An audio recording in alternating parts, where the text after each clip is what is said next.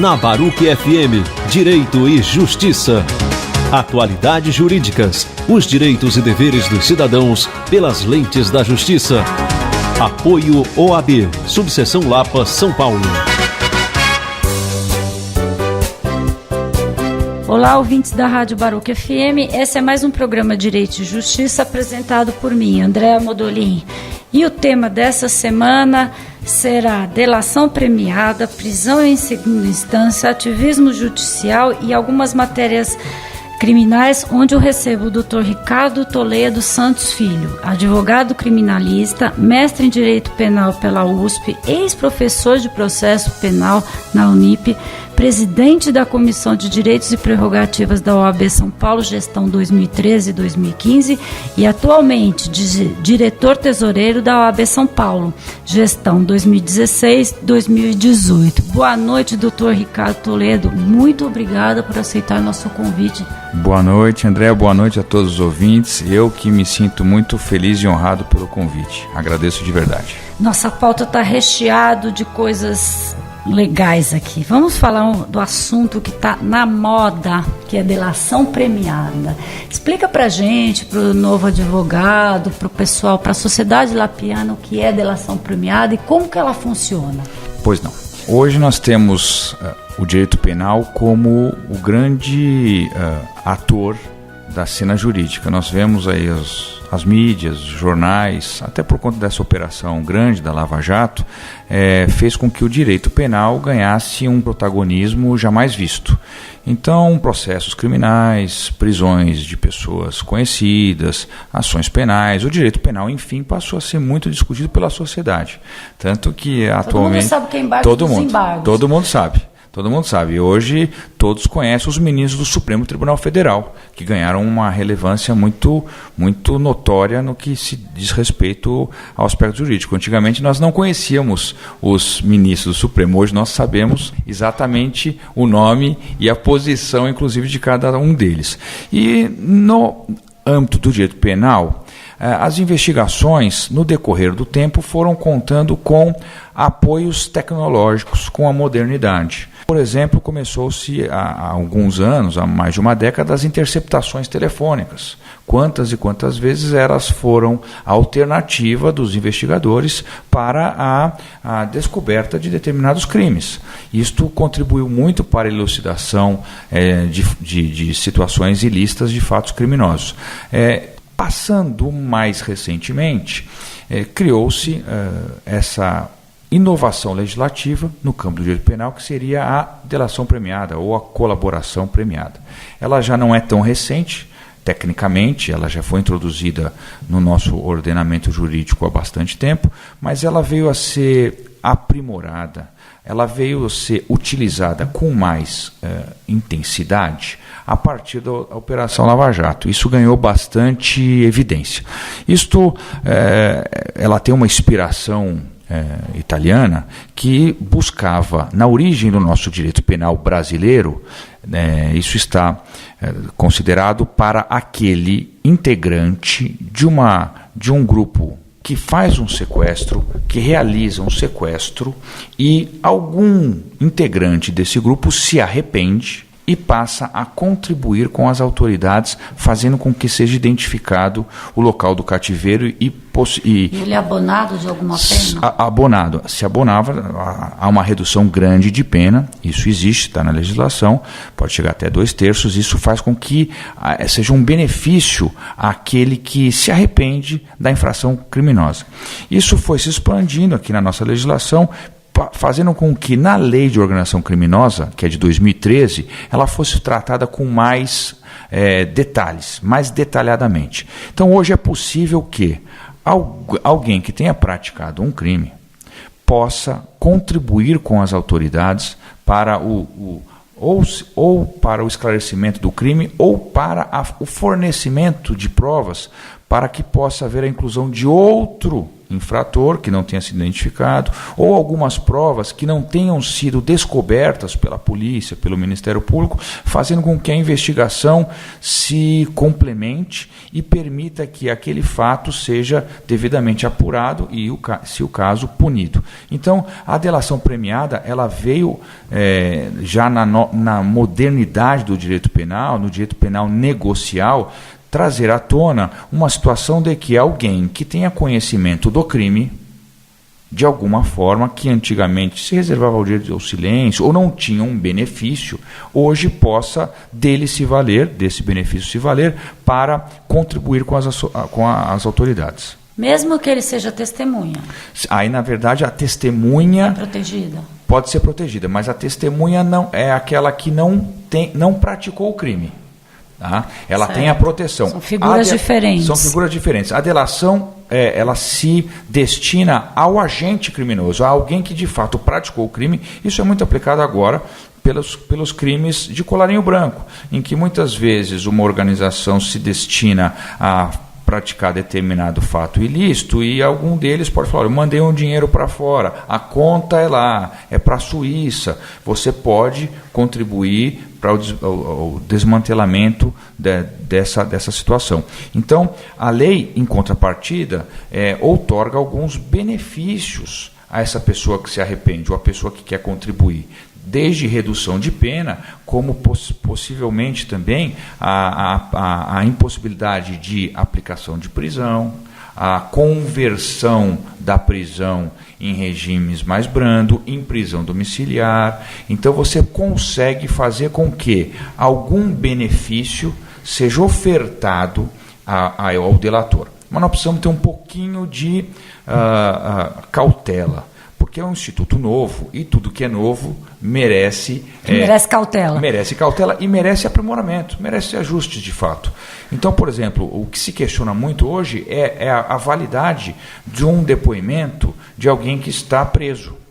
Porque quem está preso, quem tem a sua liberdade tolhida, ele se sente na faculdade de, eventualmente, falar certas coisas que não estão necessariamente provadas e podem, eventualmente, não corresponder à verdade. Mas é uma forma dele conseguir se evadir da prisão, no sentido de conseguir sair da prisão. Certo, então precisa tomar cuidado com o delator premiado também. Eu acho que em algumas circunstâncias, sim. Você perceba que há muitas delações que não se concretizam, há muitas delações que depois são revogadas e algumas delações que há só uma expectativa de delação, porque o que o delator pretende dizer ou inovar não é verdadeiro. Isto se verifica na questão da prisão, quer dizer, quem está preso, ele fica meio que mais, vamos dizer Perdeu assim... Perdeu a liberdade, ele fica muito constrangido, muito tolhido na sua opção e acaba falando, eu quero delatar. Se eu sair, eu posso incluir algumas pessoas e nem sempre isso corresponde à verdade. Então nós temos que ter um pouco de cautela nisso. Mas ele sai após a delação ou ele faz a delação, é apurado, aí ele sai? Na verdade, é exatamente. A ordem cronológica, assim, como se faz? Você faz um termo de confidencialidade com o Ministério Público ou com a polícia e aquele termo não pode ser disponibilizado. E o delator começa a fornecer elementos que permitam a identificação de novos agentes ou de provas que não tinham sido descobertas até então. Isso ele é protegido também? Sim, protegido. Porque... Sim. A gente pode... Exatamente. Ainda mais se eles... É o famoso cagueta, né? Exatamente. E se eles estão, por exemplo, no mesmo ambiente de cárcere e do cárcere, se eles estão presos, por exemplo, um grupo de 5, 6, 8 pessoas e um deles vai fazer a delação, evidentemente não pode permanecer no mesmo local dos demais. Amanhece morto, na minha opinião. Então, o que acontece? Ele muitas vezes ele é deixado em outro estabelecimento, até porque são frequentes e recorrentes as entrevistas que são gravadas, são filmadas, então quase todo dia ele tem que deixar o ambiente do cárcere, se dirigir ao local em que ele está negociando com as autoridades e isso faz com que, se alguém está preso junto, perceba que alguma coisa diferente está acontecendo. Se o processo é o mesmo, eu não sou chamado todo dia e o meu meu colega de cela é chamado todo dia para sair, alguma coisa tem. Então, essa desconfiança acaba gerando. Mas, na prática, eles ficam mantidos em lugares separados. E depois que ele apresenta os termos, evidentemente tem que haver uma checagem, uma conferência para se levar adiante essa delação. Uma apuração, sem dúvida, minimamente comprovável. Não é? Há delações, não vamos nominar aqui, nomes, mas a gente percebe lá no Curitiba que há alguns meses algumas delações de algumas pessoas se arrastam e vai ser homologada, não vai ser homologada. Por quê? Por conta deste levantamento das autoridades acerca da autenticidade dos informes. Doutor Ricardo, então esse Instituto da Delação Premiada, agora que já existia, mas aprimorado pela situação atual, ele veio a calhar para dar uma moralizada, digamos assim, na política. Porque o certo é não fazer errado, né? Então, mas o Instituto veio para ficar. Mas veio para ajudar, né, a moralizar. Ele precisa ainda passar por aprimoramentos. Me preocupa muito essa questão da espontaneidade. Alguém que está preso e pode fazer uma delação a qualquer custo. Isto me preocupa muito. Eu acho que isso nós temos que caminhar com doutrina e jurisprudência para achar um caminho. Eu ia perguntar por quê. E um denominador comum. Por conta da falta da privação da liberdade, o ser humano tem um limite dentro da prisão. Quem conhece, já vivenciou a prisão, sabe que não é nada fácil. E você tendo essa privação de liberdade, vivendo no cárcere, o ser humano chega a um limite e ele está disposto a qualquer coisa para sair de lá. Inclusive uma delação falsa, uma delação incompleta, uma delação que possa trazer uma pessoa nova simplesmente por trazer, sem que isso corresponda à realidade fática. Então, eu acho que isto é motivo de ainda muito estudo, e a jurisprudência, os tribunais, sobretudo o Supremo Tribunal Federal, tem que analisar essa questão com muita percussiência, com muita parcimônia. Muita parcimônia. Entendi. Doutor Ricardo, agora vamos falar um pouquinho sobre prisão em segunda instância. Perfeito. O que é a prisão em segunda instância? Ela pode ocorrer? Quando que ela ocorre? Bom, essa celeuma tem se instalada no Supremo. Quantos embargos a gente tem que entrar dos embargos para não ir preso? E a gente o senhor é especialista nisso. A gente tem acompanhado esse debate de forma muito, muito intensa aí pelos meios de comunicação. Vamos tentar discutir tecnicamente. A Constituição impõe a liberdade. A regra no nosso país é que a pessoa seja livre. Excepcionalmente, ela pode ser presa. Uma prisão em flagrante, uma prisão preventiva, mas isto se aplica como exceção. Nos casos de estrita e absoluta necessidade, alguém pode ser preso imediatamente. O caso de uma prisão em flagrante, por exemplo, e prisão preventiva, temporária. Exatamente. Varia conforme a situação do processo, o que o agente fez, o que o criminoso fez para justificar ou não a sua segregação cautelar. Bom, e a discussão é a seguinte: até pouquíssimo tempo havia um consenso com base no comando constitucional de que prisão após a condenação, ou seja, aquela prisão que não é necessária no começo, não é absolutamente urgente, ela só deve ser decretada ao final do processo. Esse final é com o trânsito em julgado? Com o trânsito em julgado. Ninguém será considerado culpado e a pessoa só é tecnicamente considerada culpada após o trânsito em julgado. Porque nos tribunais superiores, STJ e STF, lá em Brasília, há situações em que os recursos são providos. Há recursos de acusados, da defesa, em que são dados provimento, em que, por exemplo, há redução de pena, em que há, às vezes, mudança de regime. Imagina uma situação em que alguém é condenado, por exemplo, a 6 anos de prisão. Só que aí manda um regime semiaberto. Nós temos 3 tipos de regime: o fechado, o semiaberto e o aberto. O semiaberto, que não é o cárcere da forma como nós conhecemos, é a prisão, mas há uma certa disponibilidade de ir e vir do preso. E no Tribunal Superior, por exemplo, no STJ, lá no final, quando essa pessoa já cumpriu o regime semiaberto, haja uma redução de pena para 3 anos. E ele poderia cumprir em regime aberto. Quem que vai compensar a esta pessoa? Porque aqui não é Estados Unidos, não. Não é. E às vezes a gente até... Indenizações altíssimas. E aqui a gente até vê, infelizmente, eu digo, situações em que a pessoa ficou presa indevidamente ou mais tempo do que mandava a sentença e foi pedir indenização e o judiciário não concedeu. Quer dizer, o que não me parece correto. Eu acho que o Estado é onipotente, é onipresente, está em todos os cantos, nós sentimos isso em questões penais, tributárias, nosso dia a dia. Quando a gente vai numa padaria comprar pão, tem imposto, tem a mão do Estado ali, quer dizer, o Estado está realmente em todo lugar. E nós temos que colocar freios à atividade do Estado, porque senão nós que somos aqui da comunidade... Nós já perdemos um princípio constitucional da liberdade. Perfeito, exatamente. Então nós precisamos colocar freios ao Estado, porque se nós deixarmos, o Estado vem cobrando, por exemplo, 70%, 80% do salário de cada um. Está quase. Está quase. Se tá você contar lá. Todas as taxas de impostos, é por isso que nós precisamos fazer freio a isso. E muitas vezes esses freios são feitos por entidades, inclusive a OAB. E nós, advogados, temos essa missão, às vezes contra-majoritária, de enfrentar a autoridade para falar, está errado isso. A prisão em segunda instância, tecnicamente, ela causou muita celeuma na comunidade, por conta da impunidade. É compreensível que as pessoas queiram que aqueles que praticaram crimes sejam presos, mas existe uma liturgia, existe todo o procedimento, esta norma que regula. Pode ser, a pessoa pode ser presa antes?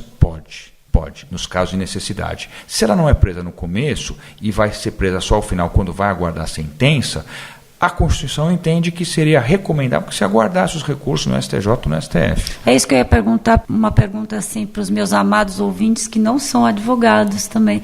O que é trânsito em julgado? O trânsito em julgado é o momento a partir do qual que não cabe mais nenhum recurso. Então, aquele processo acabou.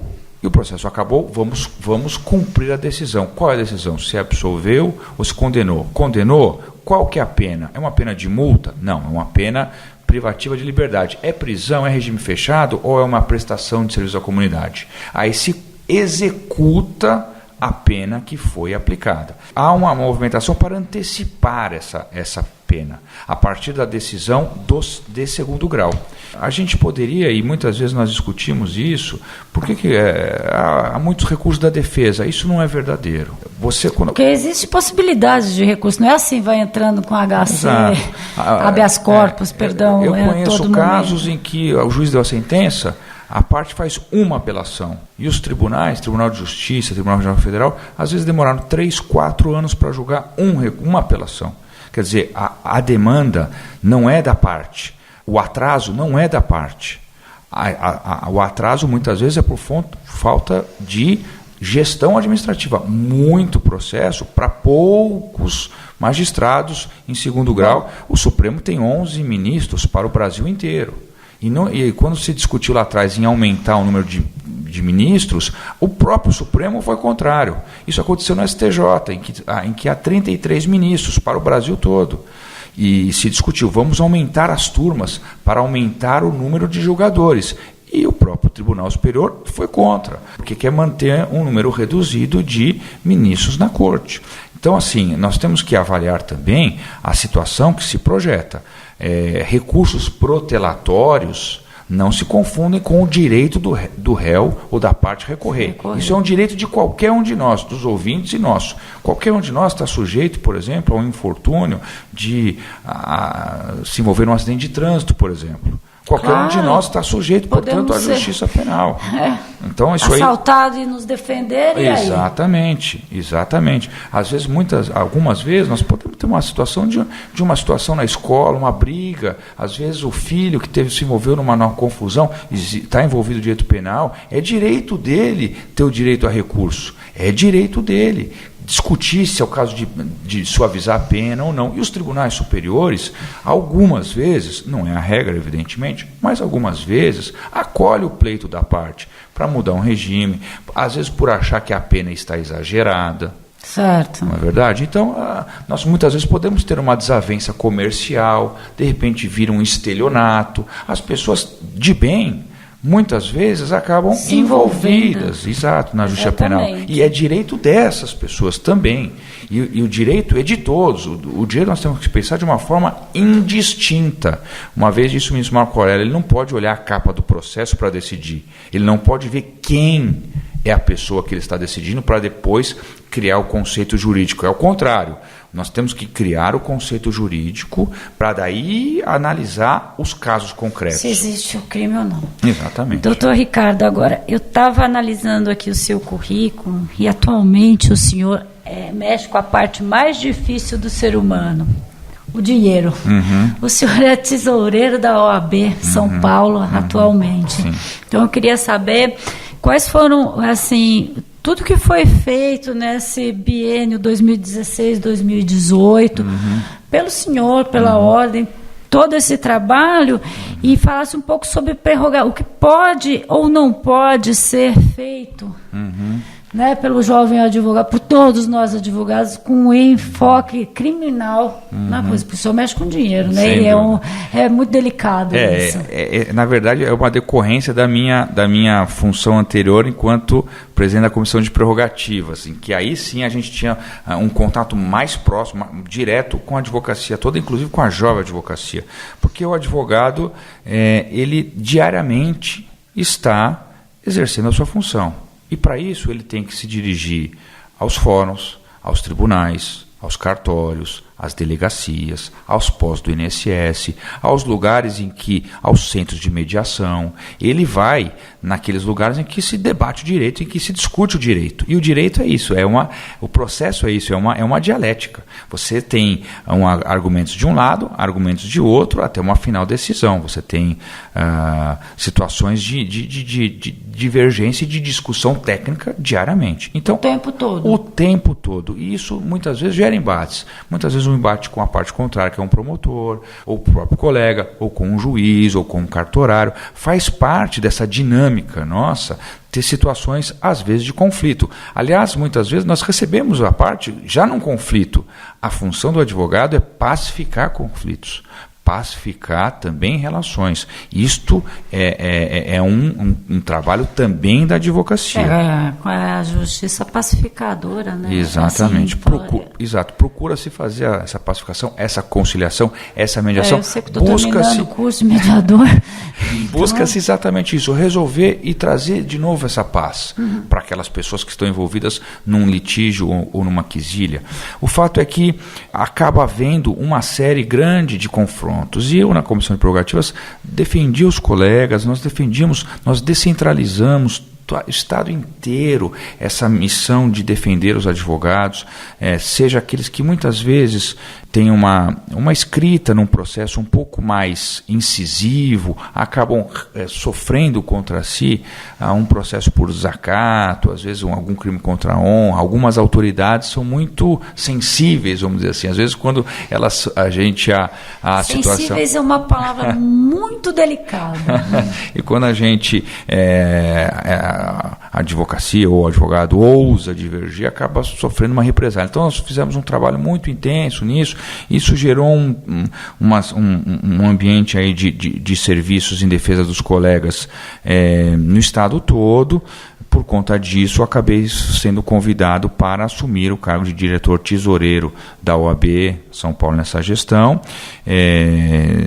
Quais foram os projetos executados? Fizemos minha primeira providência, meu primeiro ato foi o seguinte: estabelecer critério da concorrência de preços. 3 cotações para qualquer aquisição de bens ou serviços por parte da entidade, a despeito da ordem não ter em seus cofres, nem em sua fonte de receita, nenhum centavo de receita pública. A Ordem dos Advogados do Brasil, nesta nação, e falo aqui em São Paulo porque sou o atual tesoureiro, não recebe dinheiro público. Isto é muito importante que os ouvintes saibam. Nós vivemos exclusivamente de receitas da nossa anuidade dos próprios advogados. Não é? Nós temos que saber que nós temos 1.100 postos da advocacia no estado inteiro. Se um advogado sai de São Paulo, vai para Pedregulho, vai ter um posto lá, uma sala de atendimento ao advogado. Isso acontece em todas as cidades que tenham OAB, que tenham subseções da ordem. Então são 1.100 postos. Isso gera um custo elevado de manutenção, de atendimento. O advogado vai ter um computador, vai ter uma estrutura se precisar fazer uma petição. Eu mesmo já fiz muitas audiências no interior e muitas vezes eu me socorri desses espaços que são custeados pela ordem. E nós temos que ter lá esses espaços uma vez que a Constituição Estadual exige e impõe que haja uma sala de advogados lá. Então, essa foi a primeira providência. Isso foi muito salutar, porque isso... Eu, como advogada militante, que vou para todo quanto é lugar... Entendeu? Sempre tem um café, uma salinha, um computador para a gente fazer uma petição de emergência. Sempre fui muito bem acolhida em todas. Exato. E hoje nós temos os celulares, porque eu quando comecei a estagiar, ficava na fila da sala da ordem para poder ligar para o escritório e tal. As pessoas usavam o telefone da ordem, que era um centro de comunicação. Usava a máquina de escrever. Máquina de escrever, tudo à disposição dos colegas. Então, isso das advogadas e dos advogados. Então, esse foi o primeiro ato. Foi muito salutar, porque isso gerou uma economia gigantesca para os cofres da entidade. Outra coisa, passei a revisar todos os contratos. O Departamento Financeiro e da Controladoria da Ordem dos Advogados do Brasil de São Paulo revisou todos os contratos, né, que foram feitos, muitos contratos que vinham de 10, 12 anos. Isso também gerou uma economia muito grande. Botou gente jovem, traz sangue novo. Fizemos concorrência de preços. Então, o prestador de serviços de 10 anos, ele já está acomodado e ele já sabe que ele está prestando serviço, ele pode colocar o preço que ele quiser, porque ele está prestando serviço há bastante tempo. Olha, doutor Ricardo, esse tipo de atitude eu acho que renova a credibilidade também na instituição, porque quando você traz essa confiabilidade, e eu estou falando isso agora para o jovem advogado, para todos os jovens advogados, quando você traz isso, você traz renovação. Olha, tem contratos de 10 anos atrás, precisa ser revisto tudo isso, tem muita coisa para rever. Exatamente. Então foi um trabalho. Dou muito valor porque eu fui 3 anos tesoureira do Rotary Club. Então você sabe bem como é. Eu sei bem como é que é. Então são medidas que fizeram com que, por exemplo, nessa gestão que eu estou à frente na tesouraria, fosse superavitária nos 3 anos. E assim, a Ordem é uma entidade que não tem fins lucrativos, então é possível que com isso a gente projete aí para o futuro uma série de outras alternativas que venham beneficiar diretamente o advogado. Então, existe alguma prospecção de futuro? Existe bastante. Nós temos muitos projetos, faltam 60 dias para o término deste mandato, então alguns a gente vai ainda apresentar ao Conselho Seccional para que a gente possa caminhar, outros que nós apresentamos e foram aprovados pelo Conselho estão aguardando ainda algumas deliberações superiores, mas a gente caminha sempre no sentido da transparência, no sentido do respeito ao trato da verba dos advogados, por zelar por aquilo que não é nosso, mas sim da coletividade da advocacia. E os resultados que serão apresentados ao final desse triênio, da controladoria, do financeiro, mostram que trabalhamos no caminho certo. Essas revisões, essas mudanças, eu vou dar um exemplo de uma mudança que surtiu muito efeito. Quando eu assumi, eu vi que nós gastávamos um valor elevadíssimo com o jornal do advogado, o jornal impresso. E hoje em dia nós temos a modernidade ao alcance da nossa mão. A internet, super internet. Então, nós colocamos o jornal no site, nós disponibilizamos, portanto, o jornal para os celulares, os aparelhos celulares, e isso fez com que a gente tivesse uma opção dos colegas por receber o jornal impresso ou digital. Com a digitalização, muitos, sobretudo os jovens advogados, preferem a via digital, e isso resultou numa economia gigantesca, permitindo que, em contrapartida, nós criássemos novas casas, construíssemos novas casas, ampliações e reformas em quase 100 subseções A Lapa é um exemplo disso. A nova Casa da Lapa... Eu só tenho que agradecer. É um exemplo gritante do voto dessa economia que permitiu que, em contrapartida, nós retribuíssemos. Novinha. O auditório já tive algumas vezes aqui. É lindo, amplo, cabe o debate. E eu convido os colegas sempre para vir aos cursos da advocacia, aos eventos, porque é onde os advogados, inclusive, compartilham experiências, trocam informações, ganham aprendizado. E aí, isso permitiu que no estado inteiro, as novas casas, ampliações, construções, fosse uma forma de retribuir ao advogado, que se sinta bem na sua própria casa. Na nossa casa. Porque a OAB é a casa de todos, o espaço mais democrático. Você entra nela e você usufrui, porque, afinal de contas, cada advogado representa a OAB. Vou te falar particularmente, eu era da OAB São Paulo, né, transferi para cá, porque aqui... assim, eu me sinto em família. Perfeito. Doutor Celso, a turma tem essa magia. Essa magia. A turma aqui é sensacional. São, não apenas no aspecto profissional, porque são advogados reconhecidos, vocacionados, passando pelo aspecto também institucional, porque todos que trabalham na ordem trabalham voluntariamente, mostrando essa sua dedicação à classe, mas também no campo pessoal, porque são pessoas fantásticas, pessoas que buscam mesmo estar sempre próximo do colega, buscar ajudar, são pessoas que a gente se ajuda bastante aqui. Muito bacana aqui. Doutor Ricardo, infelizmente eu vou ter que encerrar nossa entrevista. Por mim, eu ficava até amanhã conversando, porque eu tinha um monte de coisa para perguntar, mas eu tenho que encerrar a entrevista. E este foi mais um programa Direito e Justiça, apresentado por mim, Andréa Modolin, diretamente da OAB Lapa, e recebemos aqui o Dr. Ricardo Toledo Santos Filho. Esperamos que tenham gostado e aproveitado. E aproveito também para convidá-los a interagir em nossas redes sociais. Não perca o nosso próximo programa, pois você é nosso convidado. Doutor Ricardo, muito boa noite. Mais uma vez, muito obrigado por aceitar nosso convite. E eu que agradeço imensamente o convite. Boa noite a você, André. Boa noite a todos. Você ouviu na Baruch FM Direito e Justiça. Atualidades jurídicas, os direitos e deveres dos cidadãos pelas lentes da justiça. Apoio OAB, Subseção Lapa, São Paulo.